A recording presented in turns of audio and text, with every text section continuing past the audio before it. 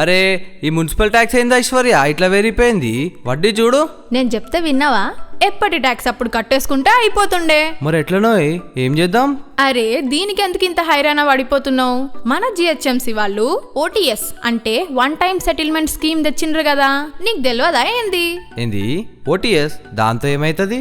గదే నీకు తెలియదు. మనం కట్టాల్సిన 100% అసలు పన్ను కడితే చాలు, వడ్డీలో 90% మాఫీ. అంటే మనం జస్ట్ 10% వడ్డీ కడితే కథం, రసీదు చేతిలో ఉంటది. అరే నిజమా? అంటే మనకు పైసలు మిగులుతాయి అన్నమాట. థ్యాంక్స్ ఐశ్వర్య, నువ్వు నిజంగానే ఐశ్వర్యానివే. అప్పుడే సంబరపడకు డియర్. ఆ మిగిలిన పైసలతో నాకు పట్టు చీర కొనియాలి, మా తమ్ముడి పెళ్లికి కట్టుకెళ్ళాలి. జల్దీ కట్టేయి, టైం లేదు.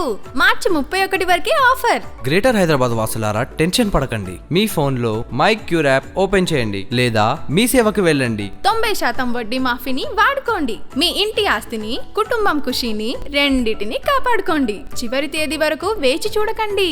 ఈ రోజే మీ బకాయిలు చెల్లించండి, నగరాభివృద్ధికి సహకరించండి. Commissioner GHMC.